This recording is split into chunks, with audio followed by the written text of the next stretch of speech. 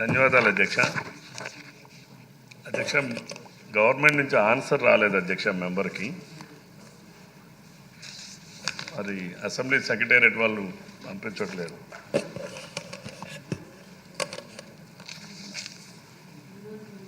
Practice ఏంటంటే అధ్యక్ష, కంపల్సరీగా ఆన్సర్ పంపించాలి మెంబర్కి. ఆ డీటెయిల్స్ చూసుకొని మాట్లాడడానికి అవకాశం ఉంటుంది.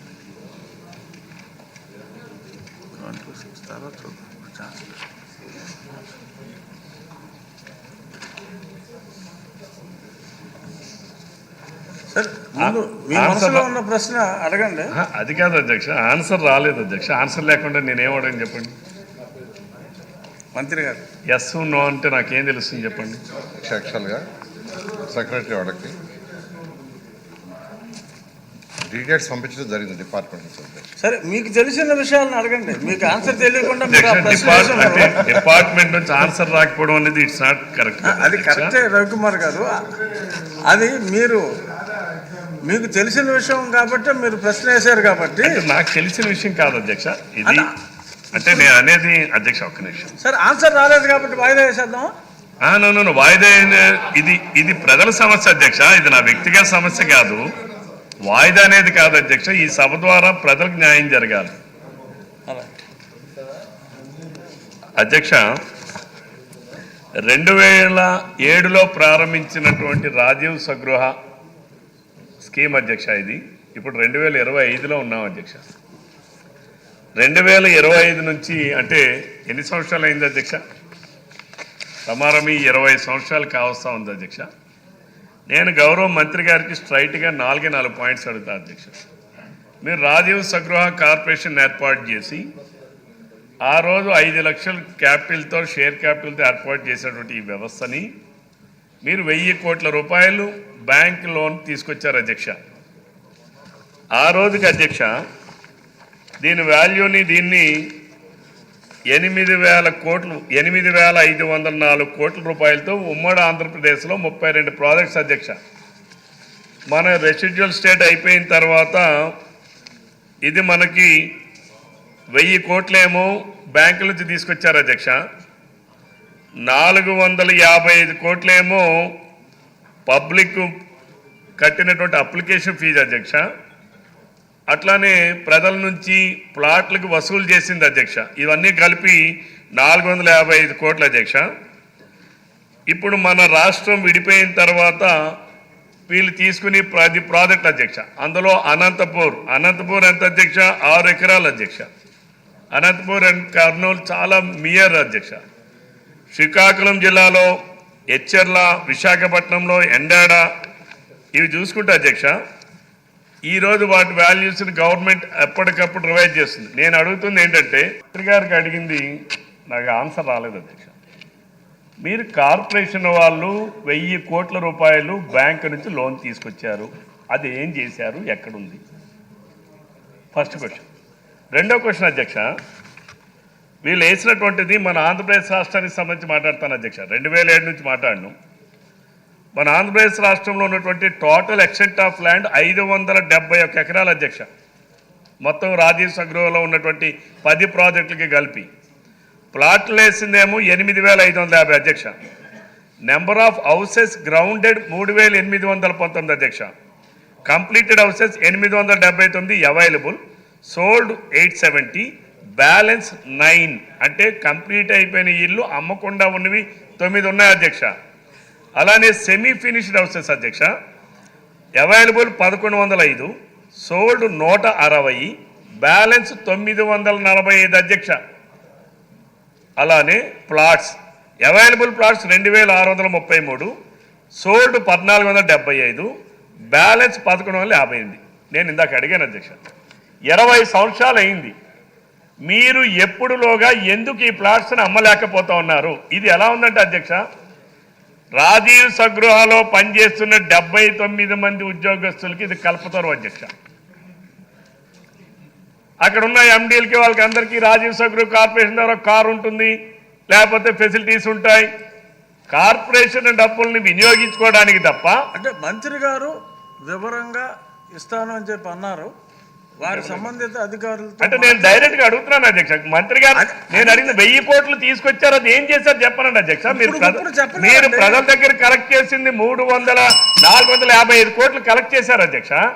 ఇప్పుడు గణాంకాలన్నీ చెప్పమంటే సాధ్యం కాదు. మీకు తప్పనిసరిగా లిఖితపూర్వకంగా మీరు అడిగిన ప్రశ్నలకి సమాధానం ఇస్తారు.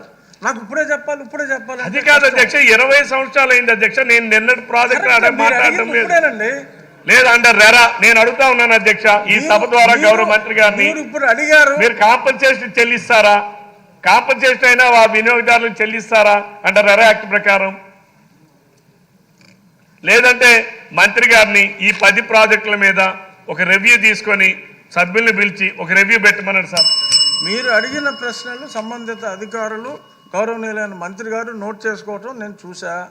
మీకు సమాధానం వస్తుంది. అంచేత కొంచెం వెయిట్ చేయండి, అంత అసహనం వద్దు.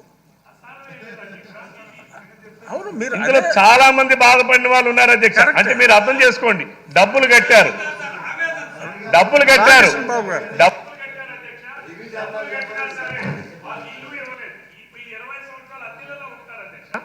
మీరు ఆలోచించండి, మధ్యతరగతి కుటుంబాలు. అంటే మంత్రి గారి సమాధానం మీరు వినలేదు రవికుమార్ గారు.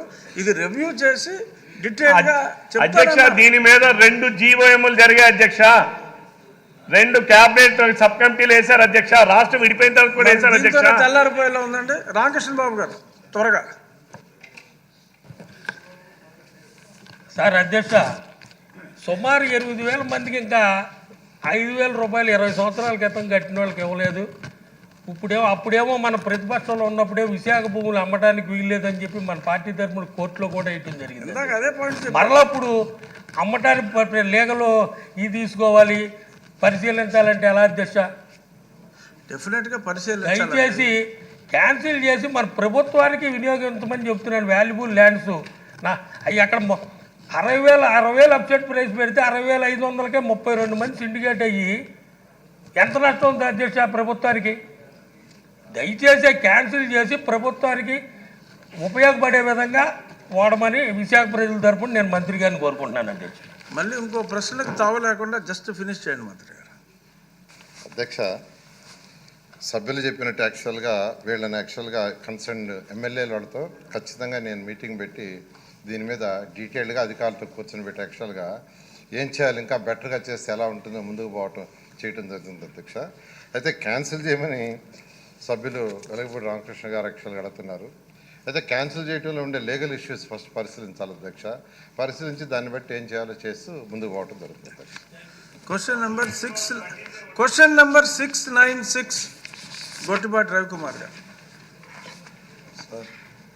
మొదటి ప్రశ్నకు సమాధానం సభా సమక్షంలో ఉంచబడినది. రెండవ ప్రశ్నకు సమాధానం సభా సమక్షంలో ఉంచబడినది. మూడవ ప్రశ్నకు సమాధానం విద్యుత్ టారిఫ్కు సంబంధించి విధాన ప్రమాణాల విషయం ఏపీఆర్సీ ఆంధ్రప్రదేశ్ ప్రభుత్వం పరిధిలోకి వస్తుంది. వినియోగదారులకు నమ్మకమైన విద్యుత్ మరియు సమర్థ సేవ అందించేందుకు వీలుగా ఏపీఆర్సీ రూపొందించిన నిబంధనలను అనుసరించి ఆంధ్రప్రదేశ్ ప్రభుత్వ డిస్కంలు నిర్వహిస్తాయి. సరే, ఒకసారి సభ్యులు కూడా ప్రశ్న వేసి లేరు. వాళ్ళు పెంచిన కానీ వారు టీవీలో చూస్తూ ఉంటున్నారు. వాళ్ళు పెంచిన విద్యుత్ ఛార్జీలకి వాళ్ళే ప్రశ్నలు వేయటం, అదేవిధంగా వాళ్ళు పెంచిన విద్యుత్ ఛార్జీలకి వాళ్ళే ధర్నాలకు పిలుపునియటం అన్నీ కూడా కొత్త సాంప్రదాయానికి తలనెత్తున్నారు సార్.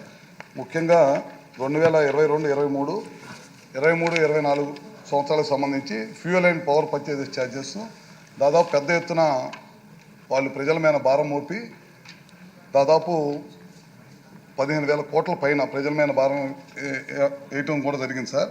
అదేవిధంగా ఒకసారి వాస్తవాలకు వస్తే 14 నుంచి 19లో ₹1 కూడా ప్రభుత్వం ఆ రోజు చంద్రబాబు గారి నాయకత్వంలో ₹1 కూడా మనం విద్యుత్ ఛార్జీలు పెంచకుండా మిగులు విద్యుత్ తోటి మనం వాళ్ళకి అప్పచెప్పిన తర్వాత వాళ్ళు గడిచిన 5 సంవత్సరాల్లో విద్యుత్ వ్యవస్థని విచ్ఛిన్నం చేయడమే కాకుండా విపరీతంగా భారం పెంచి 9 సార్లు విద్యుత్ ఛార్జీలు పెంచిన సంగతి మీ ద్వారా సభకు తెలియజేస్తా ఉన్నాం సార్.